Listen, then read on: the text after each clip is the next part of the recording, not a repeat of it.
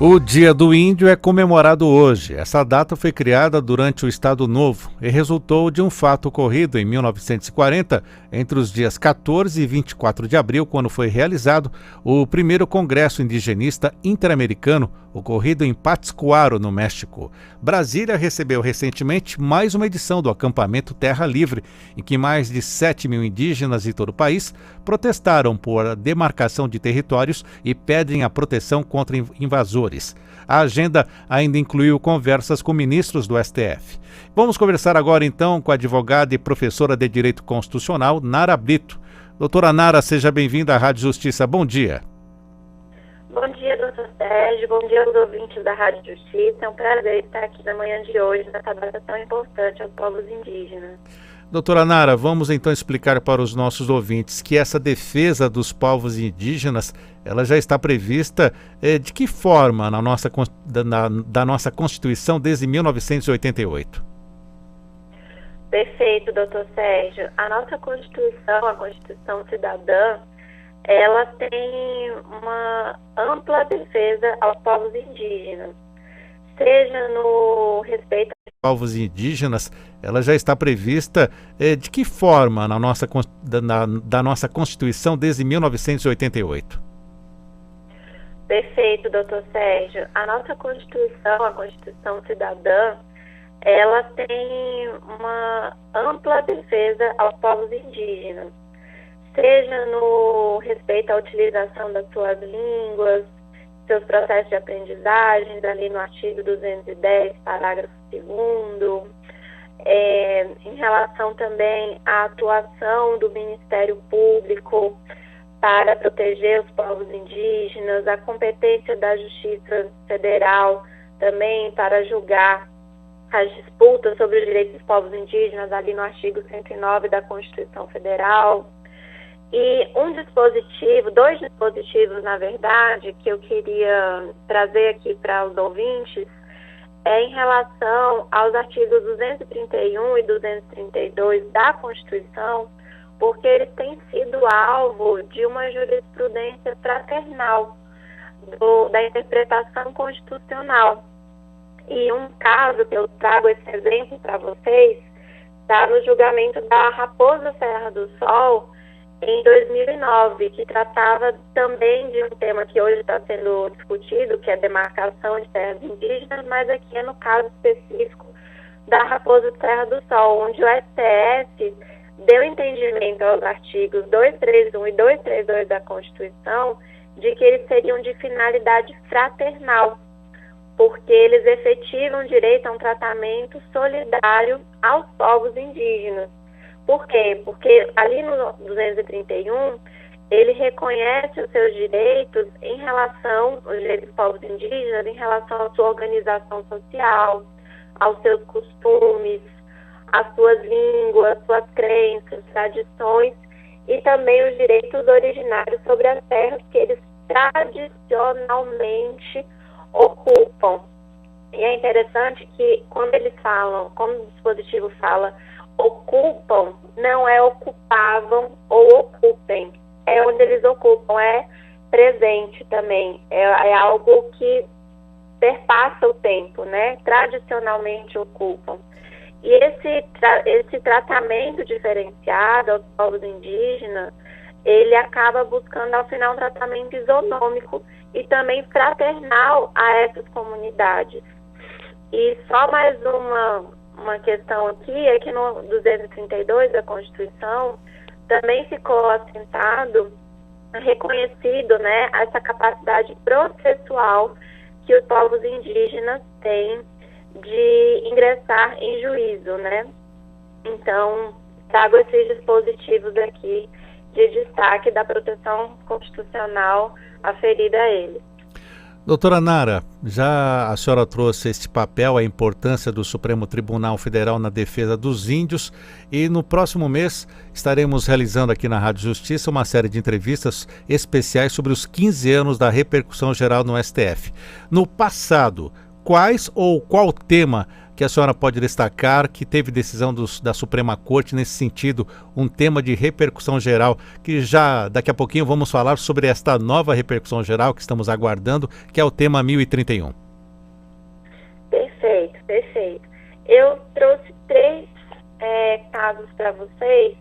Um deles é o RE 654.833, que foi de relatoria do ministro Alexandre de Moraes, que tratava da imprescritibilidade da pretensão de reparação civil e de dano ambiental. Naquela ocasião, se discutia a reparação civil e invasão e extração ilegal de madeira em terras indígenas. E lá, na oportunidade, a Corte decidiu que é imprescritível a pretensão de reparação civil de dano ambiental. Outro caso é o ARE 800.003.432, que tratava também de terras tradicionalmente ocupadas por indígenas e marco temporal, é um julgamento de 2014. E o último é o RE 183.188. Ele é de 1996, ele é mais antigo, e ele tratava da inalienabilidade e indisponibilidade de terras indígenas.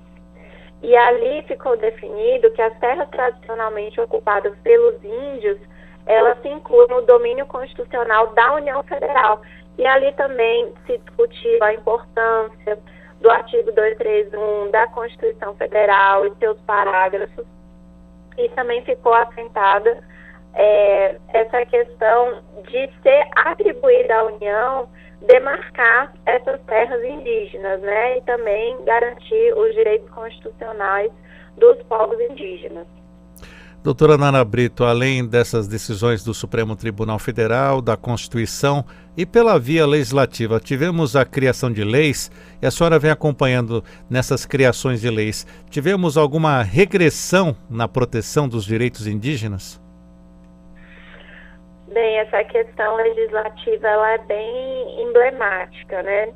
Eu entendo que temos avanços, sim, e ao mesmo tempo também tivemos alguns retrocessos nessa proteção, ou até mesmo um cenário atual que se cria de instabilidade e insegurança na proteção dos povos indígenas. Em relação à lei pós-Constituição de 88, tem a Lei 9836, de setembro de 99, que acrescenta à Lei Orgânica do SUS um Sistema de Atenção e Saúde Indígena, o SASP-SUS, que trouxe proteção à saúde desses povos no âmbito do Sistema Único de Saúde. Falando de saúde também, tem uma portaria do Ministério da Saúde, que é a 254, de 31 de janeiro de 2002, que também trata da Política Nacional de Atenção à Saúde dos Povos Indígenas. E uma mais recente, que eu trago aqui para vocês, é a Lei 14.021, de 7 de julho de 2020, que traz medidas de proteção social e prevenção ao contágio da Covid-19 para os povos originários, né? E nos territórios também indígenas. Então, aqui traz também, em relação ao SUS, uma proteção maior para os povos indígenas durante a situação emergencial e de calamidade pública. Só que aí a gente vê também, em contraposição, realmente uma disparidade, né? Porque, olhando o cenário atual que nós estamos vivendo, e as políticas do governo, do nosso gestor atual, também há uma grande crítica em vários projetos que estão tendenciosos a serem aprovados, né? O famoso pacote de destruição. Está tramitando no Congresso esse pacote, a gente teve recentemente o ato em defesa da terra, mas ali tem várias questões que, se aprovadas, podem prejudicar, sim, os povos indígenas. E vamos falar agora então de um tema recente que está sendo aguardado, o julgamento nessa defesa dos direitos dos índios, o julgamento do tema 1031, com repercussão geral reconhecida, que trata justamente dessa definição do Estatuto Jurídico Constitucional das relações de posse das áreas de tradicional ocupação indígena à luz das regras dispostas no artigo 231 do texto constitucional, e ficou conhecida então esta ação como um marco temporal. Qual é a origem dessa ação, doutora Nara, e o que essa decisão pode significar para os povos indígenas? Bem, Sérgio, obrigada pela pergunta. Originalmente, é um pedido de reintegração de posse ajuizado pelo Instituto do Meio Ambiente de Santa Catarina, o IMA, e ele é contra a FUNAI e os indígenas do povo Xokeng. O território que está sendo reivindicado nessa ação, ele já está em disputa há muitos anos e com muita resistência dos povos indígenas. Eu considero que é um julgamento que tem tido uma atenção relativamente rápida pelo Supremo Tribunal Federal, porque a ação chegou no STF ainda em abril de 2019. E quando chegou ao STF, já em abril de 2019, foi reconhecida a repercussão geral para os ouvintes do RE. O RE é 1.017.365. E o julgamento que já foi iniciado, a gente já tem um voto do ministro Edson Fachin, que é o relator, e um voto divergente do ministro Nunes Marques, que é o mais novo da corte, o segundo a votar, né, depois do relator. Esse julgamento, ele resultará numa tese que será aplicada a todos os casos envolvendo terras indígenas, né, em relação à demarcação e à delimitação do marco temporal. Então, se essa tese do marco temporal for aceita pelo STF, os povos indígenas, eles só teriam direito à demarcação das terras que estivessem sob a sua posse até o dia 5 de outubro de 1988, que é a data da promulgação. Mas, atualmente, o que se tem visto e o que está em vigor, na verdade, é a tese da teoria do indigenato, que reconhece o direito dos povos indígenas sobre as suas terras como um direito originário. Então, é isso que vai ser decidido, se vai ser o marco temporal até a ocupação daquelas terras, a promulgação da Constituição, dia 5 de outubro, ou não, se será tido como prevalente essa teoria do indigenato. Muito bem explicado, doutora Nara. E não podemos também deixar de falar sobre a decisão do Supremo Tribunal Federal a respeito da proteção da saúde dos índios, principalmente com a Covid-19, não é? Exato. A DPF 709, né? Exatamente, com o ministro Luiz Barroso. Exatamente. Exato. Nesse caso, o autor foi a APIB, entre outros, e ali o que estava sendo discutido seria, e tem como objeto a ação, né, um conjunto de atos comissivos e omissivos do poder público que acabam tendo como uma consequência o alto risco de contágio da Covid-19 e também de extermínio da população indígena. E várias determinações foram dadas pelo STF para proteger os povos indígenas durante esse período de pandemia que nós estamos vivendo. Então, eu consigo ver, já aqui me adiantando um pouco, que para o STF, né, ele tem tido um papel de proteção dos povos indígenas. Enquanto a gente tem um cenário de um pouco mais de insegurança legislativa e até mesmo na atual gestão presidencial, mas o STF, por sua vez, tem tido iniciativas de proteção dos povos indígenas quando provocados, né? A jurisprudência tem sido bem coerente nesse sentido. Muito bem, queremos agradecer a nossa convidada, advogada e professora de Direito Constitucional, Nara Brito, comentando conosco nesse Dia do Índio sobre a importância do Supremo Tribunal Federal na defesa dos povos indígenas. Doutora Nara, muito obrigado e as suas considerações finais. Muito obrigada, doutor Sérgio.